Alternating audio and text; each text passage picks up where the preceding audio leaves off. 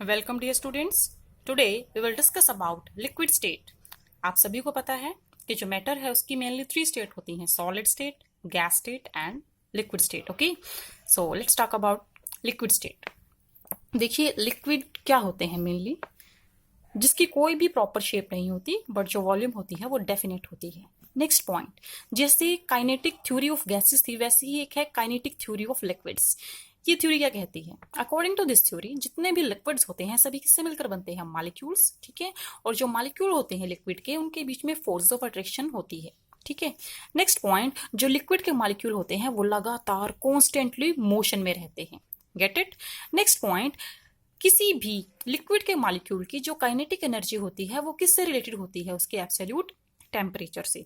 जिस लिक्विड का टेम्परेचर जितना ज्यादा होगा उसके मॉलिक्यूल की काइनेटिक एनर्जी उतनी ही ज्यादा होगी। फॉर एग्जांपल आपके पास 2 बीकर हैं, एक बीकर में जो वाटर है उसका टेम्परेचर है 100 डिग्री सेल्सियस और दूसरे बीकर में जो वाटर है उसका टेम्परेचर है 40 डिग्री सेल्सियस। आप ये बताइए कौन से वाले बीकर के वाटर की काइनेटिक एनर्जी ज्यादा होगी? जिसका टेम्परेचर क्या है? ज्यादा। दैट मीन्स वो बीकर जिसका टेम्परेचर 100 डिग्री सेल्सियस है उसकी काइनेटिक एनर्जी क्या है बच्चों? ज्यादा है। Get it? अब देखिए मेन प्रॉपर्टीज कौन सी है लिक्विड की। First is vapour pressure, second is surface tension and the third one is viscosity. तो देखिए क्या होता है वेपर प्रेशर। अगर आपको वेपर प्रेशर समझना है तो सबसे पहले इस डायग्राम की तरफ देखिए। इस डायग्राम में मैंने कंटेनर लिया है, कंटेनर में क्या है? लिक्विड है। ठीक है, उसके बाद इस कंटेनर को ऊपर से कवर किया गया है और इसको एक यू शेप ट्यूब से कनेक्ट किया गया है। ये जो ब्लैक कलर से आपको शो किया गया है ये क्या है बच्चों? मरकरी है। ठीक है, यहाँ पर क्या बताया गया कि जितने भी लिक्विड्स होते हैं सभी क्या बनाते हैं? वेपर बनाते हैं। ठीक है, तो ये वेपर हमेशा किस स्टेट में रहते हैं? मोशन में। जब भी वेपर इस मरकरी से टकराएंगे तो जो मरकरी का लेवल है वो थोड़ा ऊपर चला जाएगा। ठीक है, तो इस तरह से बच्चों वो प्रेशर जो किसी भी लिक्विड के वेपर लगाते हैं उस प्रेशर को कहा जाता है vapour pressure. Get it? Okay, अब नेक्स्ट पॉइंट देखिए कौन कौन से फैक्टर होते हैं जो वेपर प्रेशर को अफेक्ट करते हैं।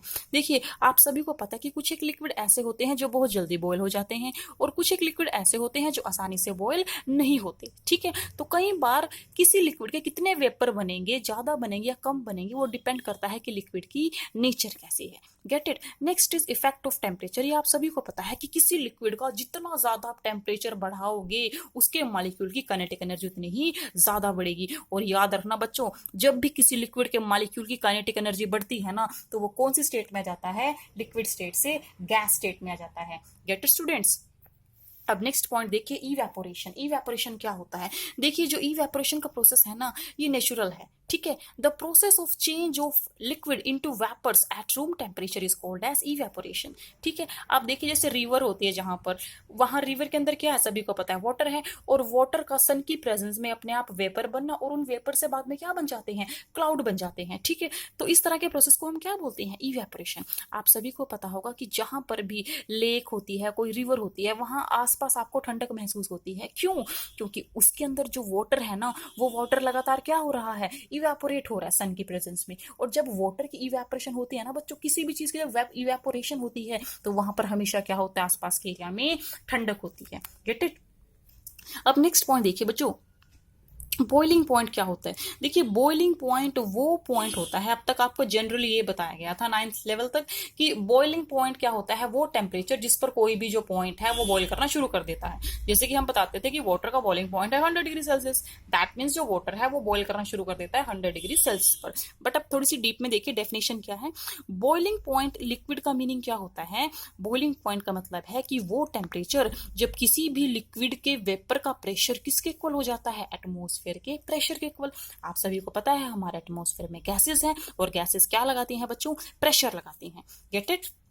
अब नेक्स्ट आपको बताया गया है कि नॉर्मल बॉइलिंग पॉइंट क्या होता है और स्टैंडर्ड बॉइलिंग पॉइंट क्या होता है। ओके, नेक्स्ट है बच्चों very important property surface tension. Surface tension किसकी प्रॉपर्टीज होती है? ये एक लिक्विड की प्रॉपर्टी है। ठीक है, अब सरफेस टेंशन प्रॉपर्टी की वजह से ही कोई भी जो लिक्विड होता है, लिक्विड का सरफेस है वो किसकी तरह मेम्ब्रेन करता है? Stretch membrane. स्ट्रेच मेम्ब्रेन क्या होती है? जिसपे स्ट्रेच होता है। ठीक है, फॉर एग्जाम्पल फर्स्ट बीकर में आपने लिक्विड लिया है।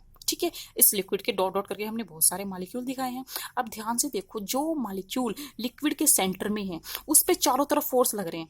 जितना फोर्स ऊपर है उतना नीचे है, जितना लेफ्ट है जितना राइट है, ठीक है। सारे जो फोर्सेस है ना वो इक्वल है और ऑपोजिट है। इसका मतलब क्या हुआ कि किसी भी लिक्विड के अंदर जो मॉलिक्यूल है ना उन पे नेट फोर्स कितना लगता है बच्चों? 0 लगता है, कोई फोर्स नहीं लगता।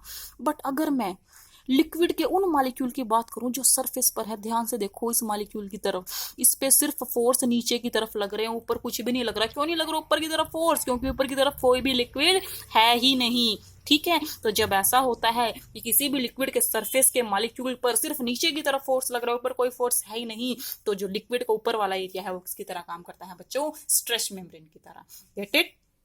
ओके, तो एक बार डेफिनेशन देखेंगे कि सरफेस टेंशन लिक्विड की क्या होती है। It is the force acting at right angle to the surface. क्या होता है? एक तरह का फोर्स है जो कहां पर लगता है? Right angle to the surface, ठीक है। और कितने एरिया में लगता है? Along 1 centimetre length of surface. कितने एरिया में लगता है बच्चों? 1 सेंटीमीटर लेंथ पे लगता है। Get it? अब देखिए यूनिट क्या होती है सरफेस टेंशन की?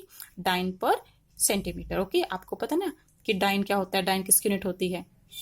फोर्स की यूनिट होती है डाइन। जैसे न्यूटन, एक यूनिट न्यूटन भी होती है और एक डाइन भी होती है। Get it? अब देखिए सरफेस एनर्जी क्या होता है, ध्यान से देखेंगे सरफेस एनर्जी क्या होता है, ठीक है।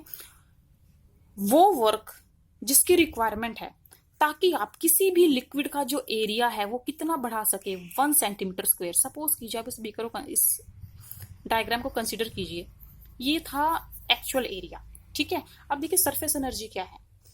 वो एनर्जी वर्क की फॉर्म में जो आपको रिक्वायर है ताकि आप किसी भी बीकर का, किसी भी लिक्विड का जो सरफेस एरिया है वो कितना बढ़ा सके, 1 सेंटीमीटर स्क्वायर। उस एनर्जी को कहा जाता है surface energy. Get it student?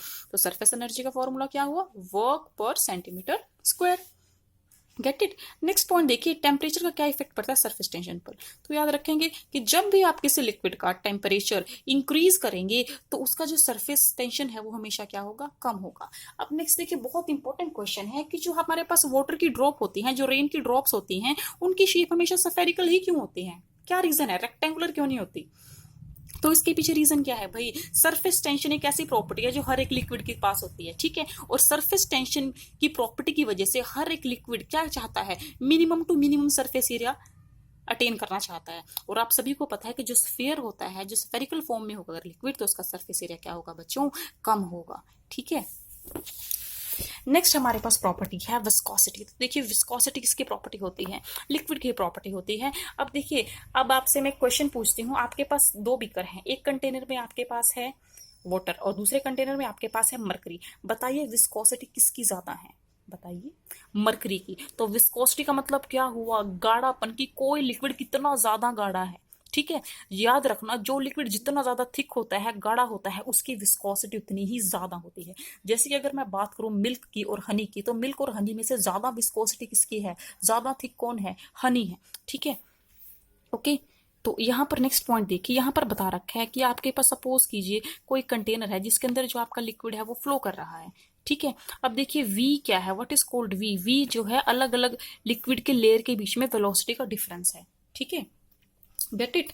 अब देखिए यहाँ पर जो फोर्स है, किसकी बात कर रहे हैं हम? फोर्स की बात कर रहे हैं, फोर्स ऑफ फ्रिक्शन। देखिए जो लिक्विड होते हैं ना उसकी बहुत सारी लेयर्स होती हैं, ठीक है, हम ये कंसीडर करके चल रहे हैं। और अलग अलग लेयर में क्या होगा? फोर्स ऑफ फ्रिक्शन होगा। तो फोर्स ऑफ फ्रिक्शन किसके डायरेक्टली प्रोपोर्शनल है? एरिया के मल्टीप्लाई बाय वी। वी क्या है बच्चों? Velocity different and divided by x. X क्या है? 2 लेयर के बीच में जो डिफरेंस है that is denoted by small x, ठीक है। जब आप इस प्रोपोर्शनैलिटी साइन को हटाएंगे तो आपको एक कांस्टेंट इंट्रोड्यूस करना पड़ेगा जिसको हम क्या बोलते हैं? विस्कोसिटी कांस्टेंट, ठीक है स्टूडेंट्स। अब ये बताओ टेम्परेचर का क्या इफेक्ट पड़ता है विस्कोसिटी पे? याद रखेंगे, जब भी आप किसी गाढ़े लिक्विड को, आप चाहे एक्सपेरिमेंट भी करके देख लीजिए, अगर आप किसी भी गाढ़े लिक्विड को हीट करेंगे तो वो क्या हो जाएगा? थिन हो जाएगा। दैट मीन्स टेम्परेचर इंक्रीज होने की वजह से मॉलिक्यूल की एनर्जी क्या होती है? इंक्रीज होती है, और वो जो लिक्विड होता है वो स्पीड से फ्लो करना स्टार्ट कर देता है। तो इस तरह बच्चों किसी भी लिक्विड की जो विस्कोसिटी है वो हमेशा कम होती है टेम्परेचर के इंक्रीज करने से।